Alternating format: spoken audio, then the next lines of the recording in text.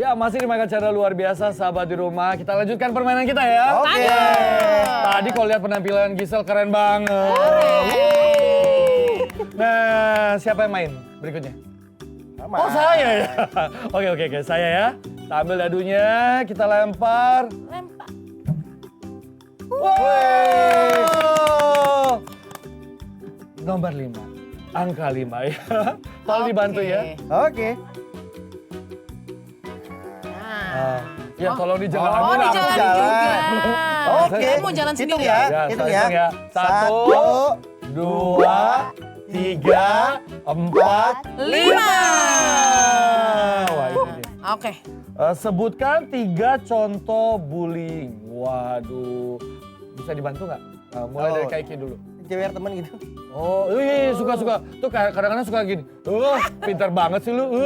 Muji cuman nempelin gitu ya, sedikit nempelin. Sakit tuh. Nah. Nyebutin nama orang tua. Wah, ini nih zaman Kak Mike dulu juga sering gitu tuh. Nama marga ya belakangnya ya. Nah, kalau Kanina apa? Kirim head comment di sosmed, komentar negatif. Waduh. Yes, gitu. Iya gitu ya kadang-kadang ya. Suka kita delete ya, kita blok. Blok. Gak enak dilihat. Nggak enak dilihat. Itu baru contoh-contoh bullying ya. Ya. Nah, saya kebetulan tuh dari 5 ada tangga nih. Nah. Naik ke nomor 7 kali ya. Oke. Ini ada 5 kategori bullying. Fisik, verbal, non-verbal, cyberbullying, pelecehan seksual, sahabat di rumah.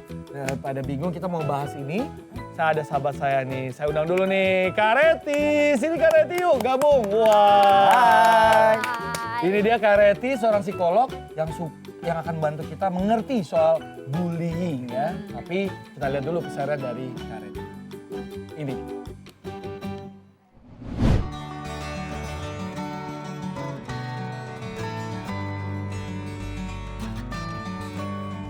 Menangani permasalahan anak dan remaja adalah spesialisasi Reti Oktania, seorang psikolog klinis. Lulusan dari Magister Profesi Psikologi Klinis Anak Universitas Indonesia ini kerap menangani kasus-kasus yang melibatkan anak dan remaja.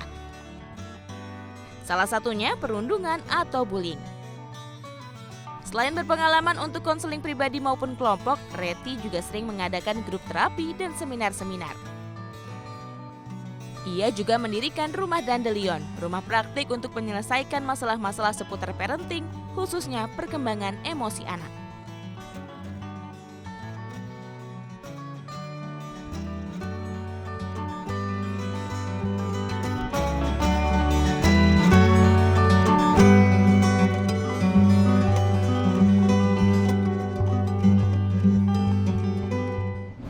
Terima kasih Kak Reti udah hadir nih di rumah saya sama sahabat-sahabat saya nih Kak Iki, Gisel, Kak Nina. Kita semua butuh penjelasan termasuk sahabat di rumah ya. Karena kita lagi mainin ular tangga anti bullying nih kalau Kak Reti bisa lihat di sini semua tuh ada kayak ciri pelaku bullying, lalu ada ciri korban bullying. Mari kita cegah perilaku bullying mari kita sama-sama mengakhiri perilaku bullying ya. Stop bullying gitu ya.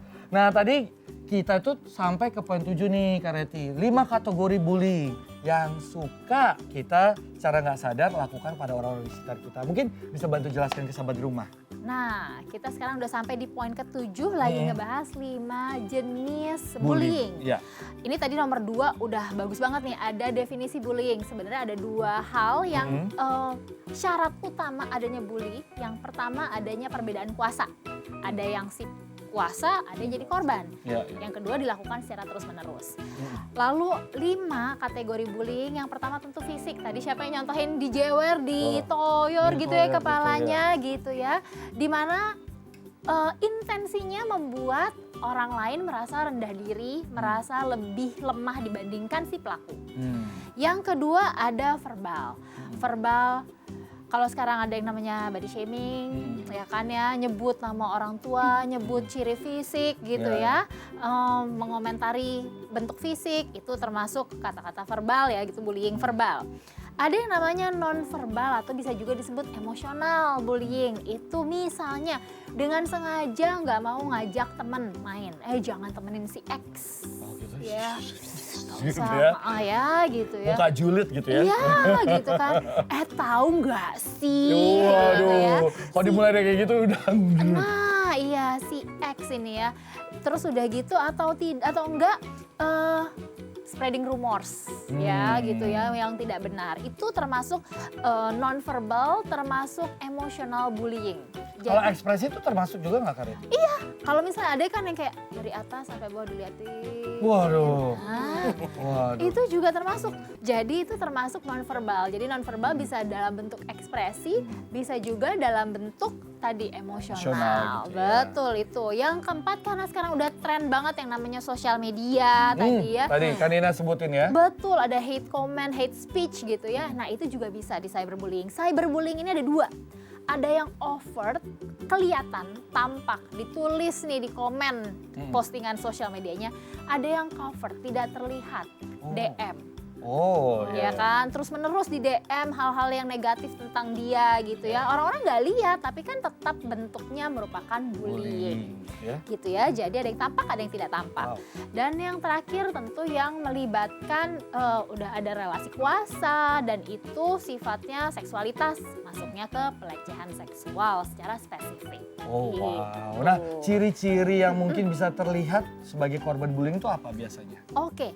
Kalau untuk di usia anak dan remaja, yang paling sering itu menarik diri. Jadi yang tadinya ceria, yang tadinya punya teman, yang tadinya dia mau berinteraksi dengan teman sebaya, Tertutup gitu. tiba-tiba tertutup.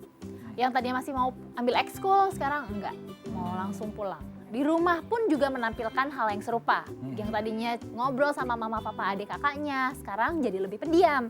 Itu perlu diwaspadai. Sama orang tua gitu ya. Kalau Betul. udah di atas yang dewasa seperti apa tuh? Sama sih sebenarnya, lebih murung, lebih nunduk, banyak diam, tidak terbuka gitu ya. Itu merupakan ciri yang paling sering muncul di korban bullying. Ada yang mau nanya nggak dari Kak Iki? Gisel mungkin pengalaman pribadi atau Kak Nina? Aku nanya. Boleh. Jika anak kita jadi korban bullying gitu ya, kita sebagai orang tua seperti apa? Apa yang harus dilakukan Iya. kalau anak kita jadi korban bullying? Ini penting banget. Yang pertama sebagai orang tua, tugas kita dengerin. Kasih ruang aman untuk anak menceritakan cerita versi dirinya. Gitu ya. Karena biasanya ada two sides of the story tuh. Nanti pelaku juga punya cerita versinya sendiri, sekolah punya cerita versinya sendiri. But kita sebagai orang tua harus ambil sikap untuk mendengar cerita anak terlebih dahulu. Gitu. Yang kedua, validasi. Kalau memang ada relasi kuasa di mana anak merasa jadi korban, orang tua perlu kasih ruang untuk anak mengekspresikan emosinya. Aku sedih mama, aku sedih papa, aku ngerasa temen aku ngejauhin aku semua. Jangan buru-buru bilang, gampang cari temen lagi dong gitu kan. Atau misalnya, gitu aja kok cengeng sih gitu ya. Enggak. Malah diomelin lagi gitu. Malah diomelin balik, jangan. Kasih dulu dia ruang untuk mengekspresikan emosinya. Gitu. Baru yang ketiga setelah kita bisa kasih dia ruang aman, dia cerita, kita tanya, mau disupport, mau dibantu dalam bentuk apa? Oh wow. Mau bentuknya mama papa ke sekolah, sampaikan keberatanmu. Mau misalnya mama papa temenin kamu melakukan hal yang kamu suka berenang, let's go swimming gitu. Jadi kamu lebih positif, lebih happy datang ke sekolah, itu juga bisa. Atau bisa bertemu dengan orang tua anak yang membuli ya. betul. Jadi kita pertemukan begitu ya. Betul, tapi itu bentuknya setelah kita dengerin dan kasih ruang Ruang anak anak. untuk cerita. Oke. Nah, Gitu. mungkin ada lagi yang mau nanya? Udah jawab ya Kak Iki ya? Keren. Oke. Ada lagi nggak? Ada lagi? Ya. Aku. Oh, silakan. Kalau si pembuli itu bilangnya dia cuma bercanda gimana? Wah, sering banget tuh alasannya ya. Bercanda kok, baper gitu ya. Iya. Gitu Itu aja baper Oh, gitu kan. exactly. Intinya tadi dua ya, yang namanya bullying itu kalau satu ada relasi kuasa, ada si pelaku dan ada satu orang yang dipersepsi menjadi korban. Satu kuat, satu lemah. Ya. Yang kedua, terus menerus. Kalau memang baru sekali, oke. Kalau dia bilang sorry ya bercanda tadi, oke, aku maafin tapi nanti jangan lagi loh, nggak enak tahu dibercandain kayak gitu. Kamu boleh ngomong kayak gitu. Tapi kalau sudah berulang kali dan dia bilangnya bercanda terus dan kamu harus melakukan sesuatu yang berbeda.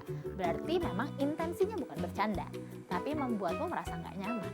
Dan itu udah masuk kategori Bullying. Wow, nanti kita akan ngobrol lebih lanjut ya soal bullying ini supaya kita sama-sama berkomitmen stop bullying pada orang-orang di sekitar kita. Nah, masih ada satu lagi kita lanjutkan ular tangga kita karena ada satu teman saya yang belum main lagi nih. Ya, Oke. makanya tetap di Michael Chandra luar biasa.